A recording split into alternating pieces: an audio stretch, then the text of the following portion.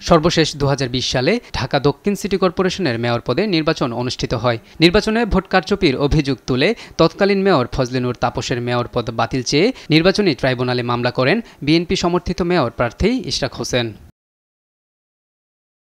বৃহস্পতিবার সাবেক মেয়র সাদেক হোসেন খোকার ছেলে ইশরাক হোসেনকে মেয়র ঘোষণা করে ঢাকার প্রথম যুগ্ম জেলা জজ ও নির্বাচনী ট্রাইব্যুনালের বিচারক মোহাম্মদ নুরুল ইসলাম মামলার চূড়ান্ত রায় দেন। সেই সঙ্গে শেখ ফজলে নূর তাপসকে মেয়র ঘোষণা করে জারি করা গেজেট বাতিল করা হয়েছে।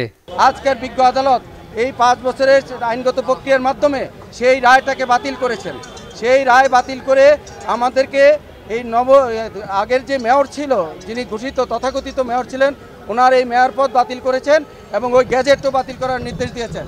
এবং সাবসিকুয়েন্টলি আজকের যিনি এই মামলার প্রার্থী ছিলেন আমাদের ইঞ্জিনিয়ার ইশরাক হোসেন, ওনাকে এই পরবর্তী এখন থেকে মেয়র হিসেবে বিজ্ঞ আদালত ডিক্লার দিয়েছে। রায়ে সন্তুষ্টি প্রকাশ করে ইশরাক হোসেন জানান, মেয়র হিসেবে শপথ নেবেন কিনা সেটি দলীয় সিদ্ধান্ত।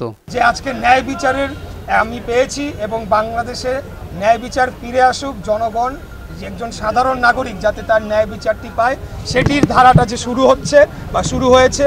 আমি মেয়র হতে পারবো বা আমি মেয়র পদে শপথ গ্রহণ করব কিনা সেটা সম্পূর্ণ দলীয় বিষয়। পরে আদালত প্রাঙ্গণে বিজয় মিছিল করতে দেখা যায় ইশরাক সমর্থিত বিএনপি নেতাকর্মীদের। মোহাম্মদ আলাউদ্দিন, দেশ টিভি, ঢাকা।